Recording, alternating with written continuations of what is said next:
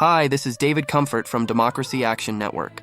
Did you know that the interest payments on the federal debt now exceed what the government spends on the military? That's right. We're talking about a staggering amount that rivals the entire annual cost of Medicare. Ever notice how we're being asked to shoulder an ever-growing burden, while the wealthiest among us continue to get tax cuts? What if I told you that President Trump's proposed Big Beautiful Bill would only deepen this financial crisis, repeating past mistakes that have already proven disastrous? This is honestly crazy, but let's break it down. The Republicans are pushing for a plan that not only increases our national debt, but also redistributes wealth from the poorest Americans to the richest. According to the Congressional Budget Office, this bill could reduce the incomes of lower-income families by nearly 4%, while boosting the wealth of the richest by over 2%.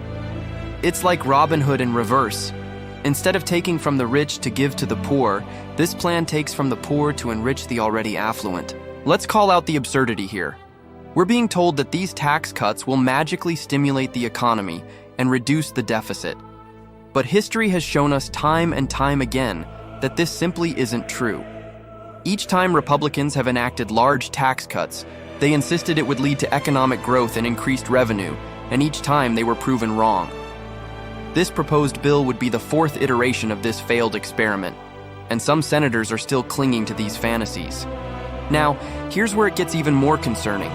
If this bill passes, our national debt could soar to 124% of our annual economic output by 2034, the highest it's ever been. We're already facing rising interest rates, making each dollar we borrow more expensive. The government is on track to pay over $1 trillion in interest this year alone. And what are we getting for this? More financial strain on families and less funding for vital services like healthcare and infrastructure.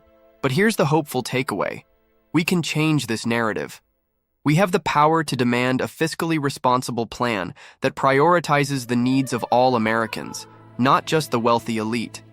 It's time to raise taxes on those who can afford it and make long-term changes to programs like Social Security and Medicare to ensure they remain viable for future generations.